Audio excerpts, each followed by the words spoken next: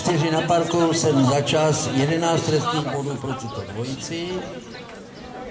A startuje Jana Dintarová, na Vajlo, Ital CK.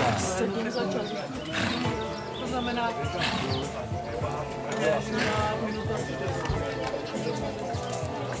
Zkušební skok a potom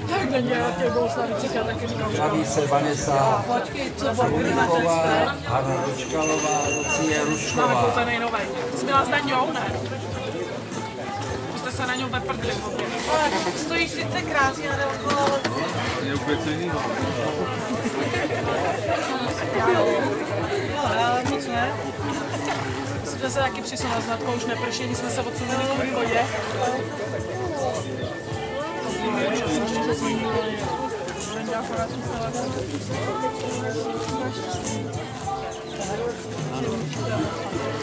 Poprosíme jezdce, aby urychlovali své nástupy na parkour, protože máme v tomto případě 57 startujících v Zetku a potom je zase hodně startujících, takže musíme urychlit celý průběh závodu. Jsem se včera smála přibítí, jak tam máte středu, to bylo na Facebooku jeden den a v tom vole, kde to je, včera jedu přibítí. Tam jsou cedule se směrama a úplně všechny přeškakaný. Ani jedním směrem se nedostaneš po výšku střebítě. Přeškakaný. Jsme tam jeli pod tím novým mostem, jsme tam jezdili. Já jsem si dívala dneska, ale ona má takový zvláštní set, ona má takový polovodké. Ale venku je pěkný.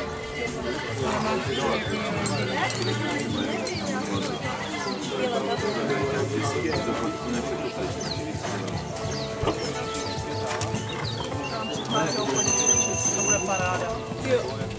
A jim zdražili stájení, aby se jich zbavili a jde to všechno k nám.